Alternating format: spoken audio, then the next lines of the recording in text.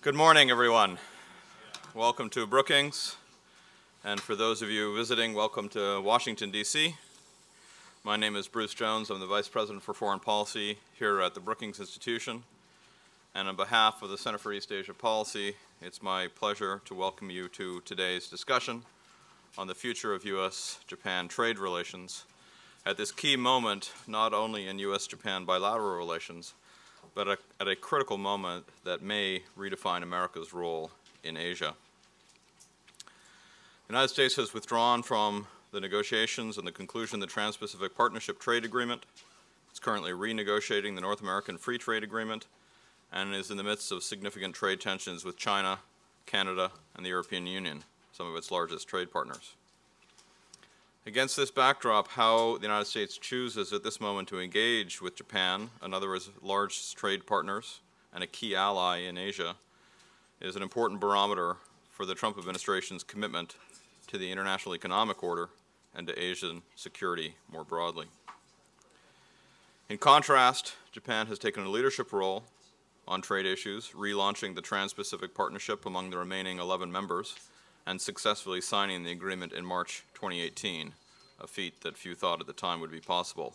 Our own Maria Solis was among the very first to advocate for Japan to rescue the TPP project, identifying the opportunities for a more proactive Japan, a theme that's highlighted in her recent book, Dilemmas of a Trading Nation, which I strongly encourage you to buy at Amazon.com.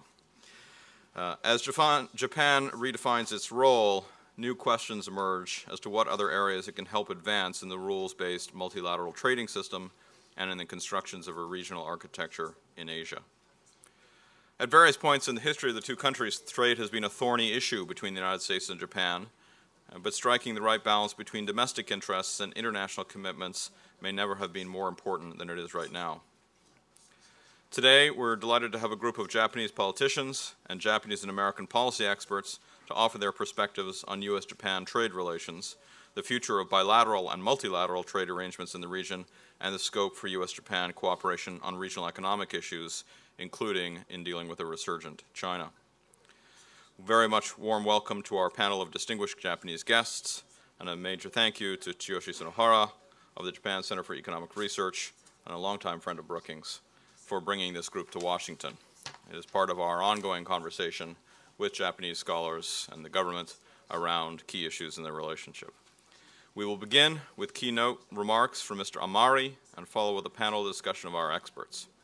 Akira Amari is a member of the ruling Liberal Democratic Party and holds a seat in the House of Representatives. First elected in 1983, he is currently serving his 12th term in office. Over his career, he has held several leadership positions in the Diet and the LDP, and most recently has served as Minister of State for Economic Policy and Fiscal Policy until January 2016. And in that capacity, he served as Japan's negotiator for the Trans-Pacific Partnership. It's our very great pleasure to have him here at Brookings, and please join me in welcoming Mr. Amari to the stage.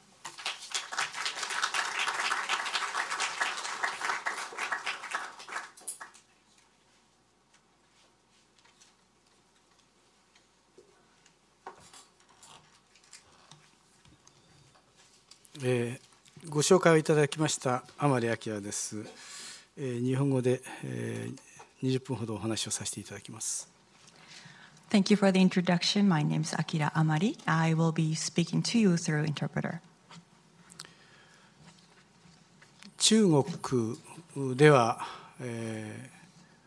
現金が信用されないこともあって、電子決済が国の隅々まで行き渡っています。ご案内のとおりです。アリペイとか WeChat Pay、日常の決済のすべてが電子決済化をしております。In China, as you know, sometimes cash is not trusted, so the e-payment is spread out throughout the country.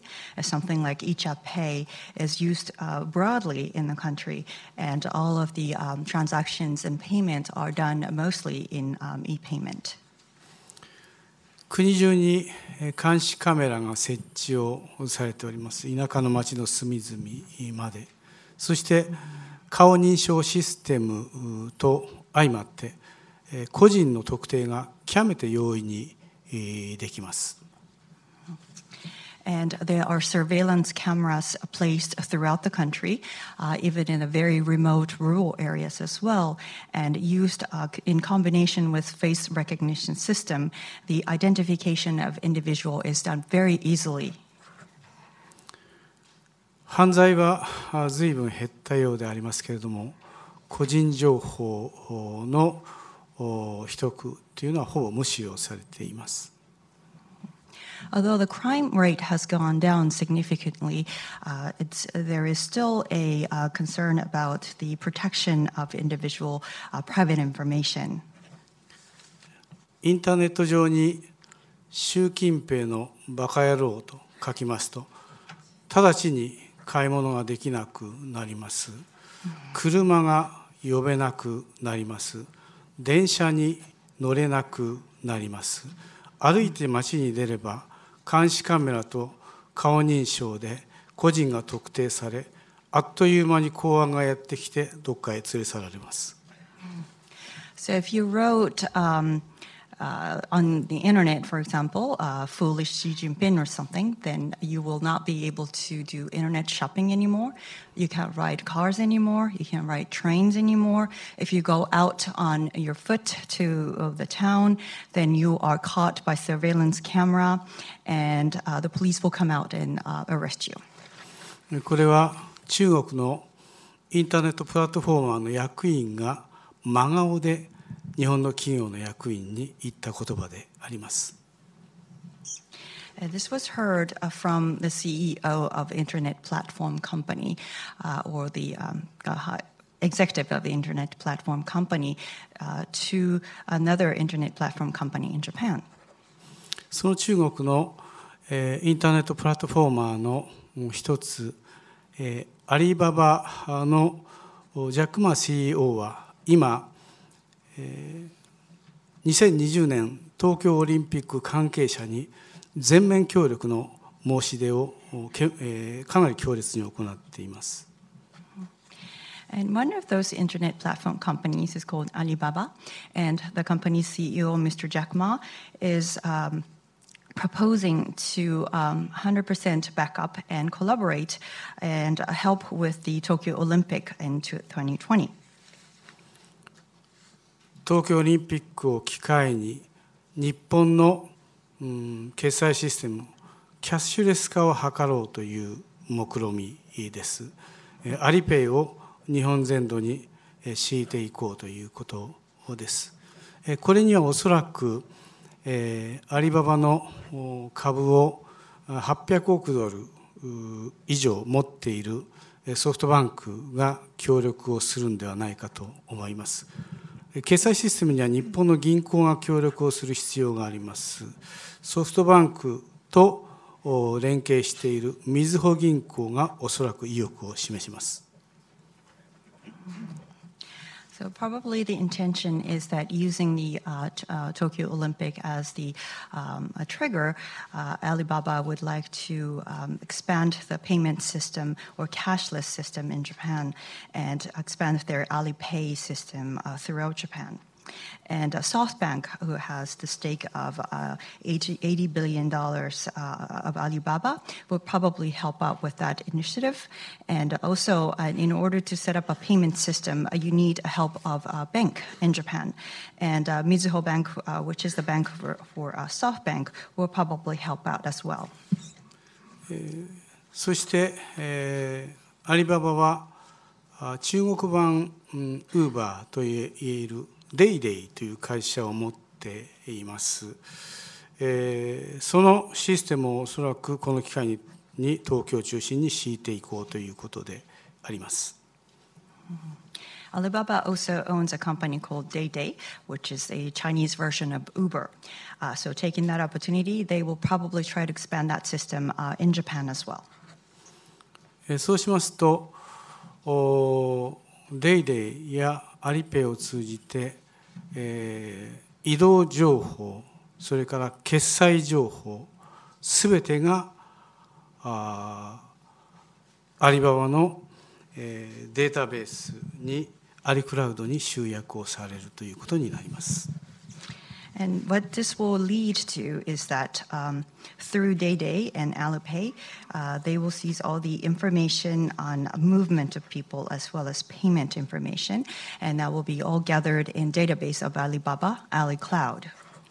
日本には世界ナンバーワンのデータベースがあります。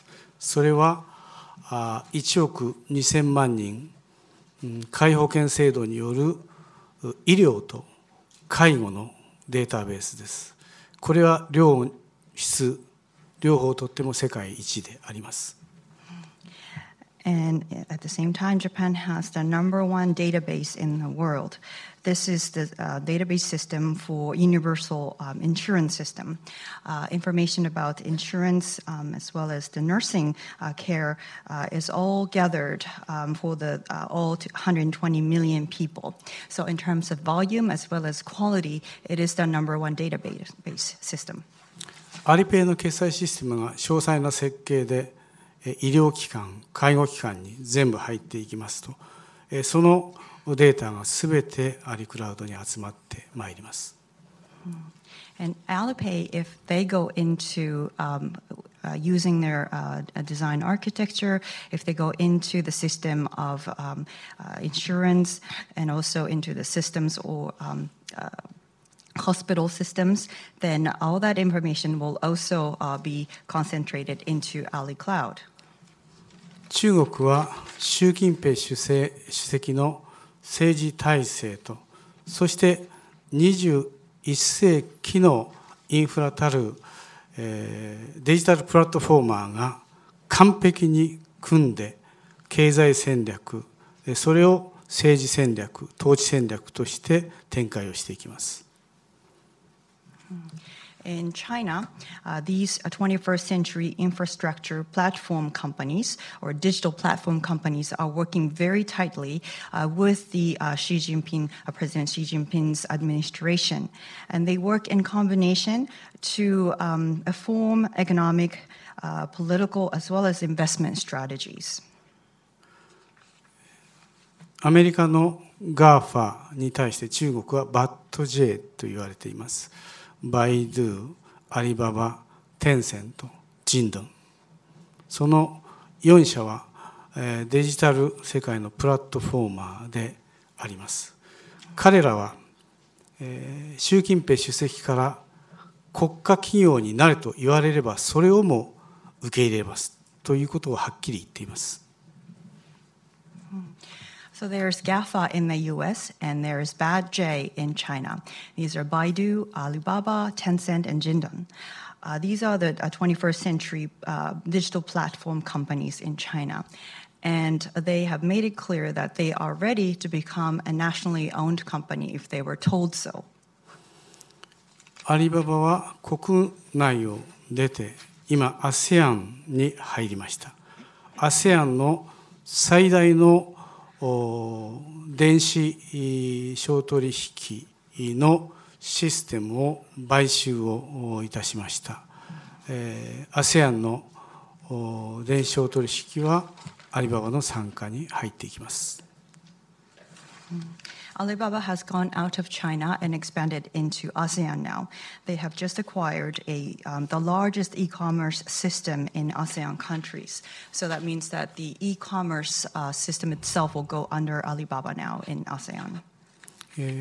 プラットフォーマー4社はこのビジネスモデルを東南アジアから中東、アフリカに敷いていけという指示を受けているはずであります。そしてそのために障害があることであるならば全力で中国国家政府がその障害を取り除いていくということを約束をしているはずです。So it is suspected that these four platform companies' business model is to go from Southeast Asia and expand into Middle East as well as to Africa. That is the instruction that they have received. And if there is any obstacles, then the Chinese government will back them up 100% and try and remove those obstacles for those companies. 習近平政府がバッド J に与えている指示はたった一つです。その条件として情報はすべてよこせということです。And in return for helping them out, the one thing that Xi administration is asking to those bad J companies is to provide all the information that they gather in the way. さらに中国政府は2020年東京オリンピックを目指して宇宙から地理の測定衛星 GPS 衛星を今の22機から35機体制に敷いていきます。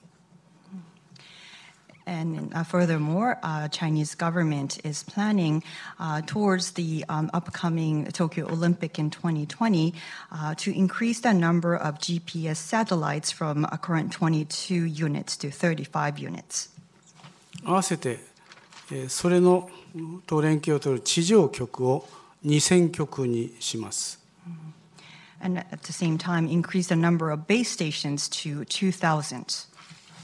これで自動運転の誤差は10ミリ以内になります。そしてこのシステムを運行するソフトウェアは、バイドゥが AI を使って、作り上げたものを関係協力企業に無償で配布をしています。これにはアメリカの企業もヨーロッパの企業も参加しています。And with this system set up with the satellite and the base station, the margin of error will shrink to 10 millimeters for autonomous vehicles. And the software to navigate these autonomous vehicles is developed by Baidu using artificial intelligence, and they are distributed with no charge to related companies, companies that include American companies as well as European companies. つまり一帯一路の国々は中国のハードシステム、ソフトシステムの運営のもとに全て運行がなされることを目標としているわけであります。そしてこの自動走行システムは陸だけではありません。船の自動航行システムも同時にこのシステムで管理をしていきます。一帯一路は陸も海も中国のコントロール下に置かれるということです。And companies that fall into a Belt and Road Initiative will, that means that they will run under Chinese control in terms of hardware as well as software. That is the target of China. And this autonomous navigation system is not only for the land, but also for the ships that go on the ocean. They will also be controlled by the same system. So Belt and Road Initiative will cover both land and ocean. つまり世界中のどこの船が今どこにいるかということは全部把握できるわけであります。So that means then you know which ship is where exactly in the world.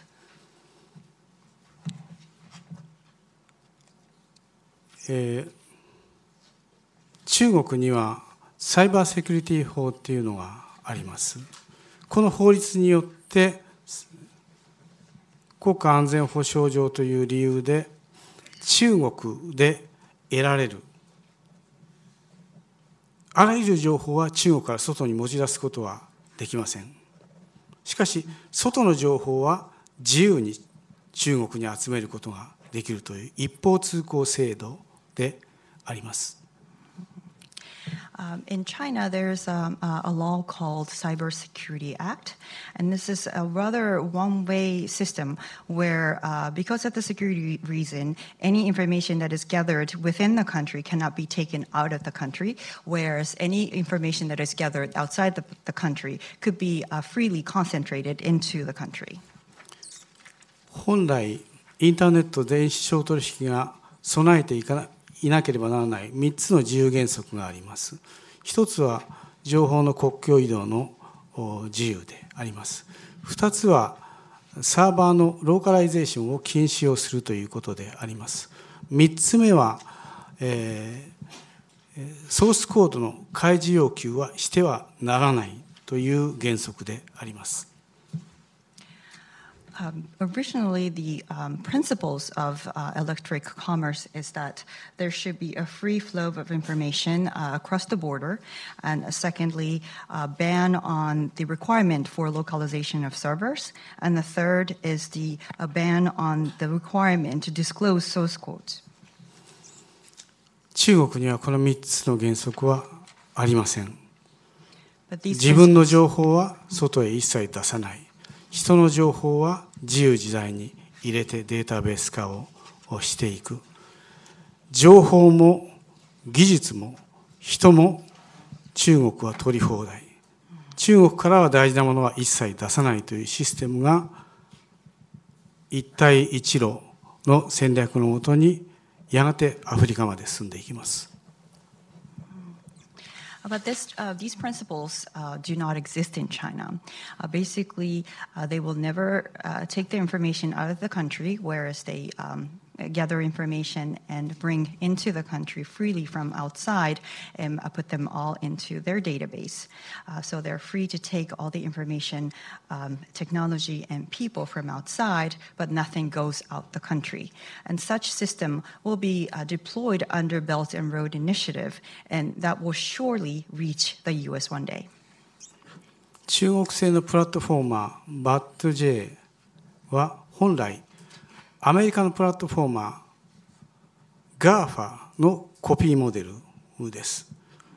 コピーモデルを中国の大市場の中に囲い込んで本家のモデルの介入を許さず、その消費力を使って拡大させ、本家よりも大きな企業にして、そして海外展開をさせているわけです。Now, these bad J's, or the digital platform companies in China, are basically the copy models of Americans' platform companies, GAFA. So what China did was to put them in the Chinese market. The copy models are nurtured within the Chinese market and did not allow the original GAFA companies from outside to go into their own markets so that their own companies can grow and expand and become even bigger than the original companies and expand into other countries. Amazon もアリババも同等に中国本土で使えますよと彼らは言います。しかし、アマゾンは1日30分だけ妨害電波で必ず使えなくなります。よって、アリババを使うしかないです。And of course, they say that you can use both Amazon and Alibaba equally in our country. But every day there's a time, there is a interfering signals that would make Amazon not usable for a certain period of time, for 30 minutes. That means that you have to go to Alibaba to surf on the internet. 我々は世界中がフェアに同条件で使えるデジタルインフラを作っていかなきゃならないんです。それにこれからどうしていくかということが課題なんです。But our mission is to create a digital infrastructure where everybody can use it in a fair manner and with the same conditions throughout the world. And that is our challenge going forward. TPP は関税を限りなくゼロにするというようなことだけに焦点が今の政権では当たっています。しかし TPP が大事なのはルールです。トランプ大統領が中国を名指しでアンフェアな国であると、知財を盗み、技術移転を強要し、ソースコードを開示させ、自由な情報取引をさせず、違法な農業補助金をかける。こう非難しています。TPP では全てがルールとして禁止をされているわけであります。つまりトランプ大統領の主張をそっくりルール化したのが TPP です。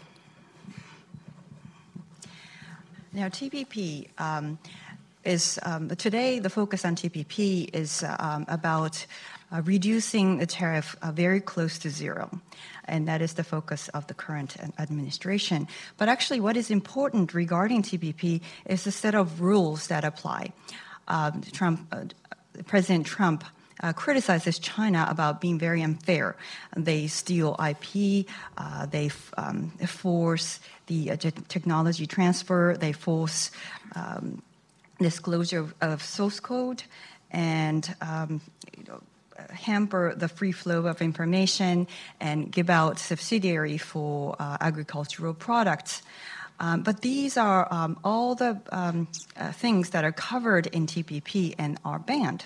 So what is advocated by Mr. Trump is really the rules of TPP. TPP は来年早々にも発効いたします。そして、タイが正式に、参加希望をしてきました。南米コロンビアも手を挙げています。台湾も挙げてくると思います。TPP、フェアな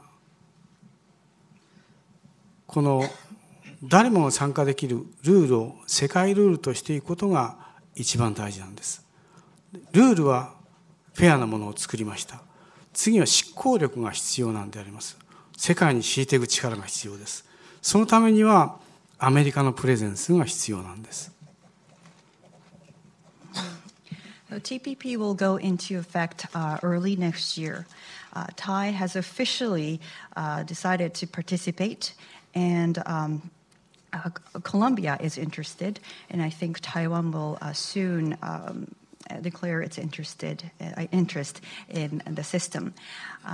TPP's principle is it's a very fair system where everybody can participate. So the global standard and global rule is the important factor of this entire system. So now the rule is set up as a very fair rule, and now what is necessary is the execution and capability to execute, because we have to look at the world when we try to do something like this. And that is the reason why we need the presence of the U.S. TPP は安倍総理とオバマ大統領が作り上げたものではありません。日本とアメリカが作り上げたものなんです。Well, TPP was not something created by President Obama and Prime Minister Abe. It was created by Japan and the U.S. 日本とアメリカがタッグを組むことの重要性をお話をし、私のスピーチといたします。ありがとうございました。So I would like to again reiterate the importance of U.S. and Japan working together. Thank you very much.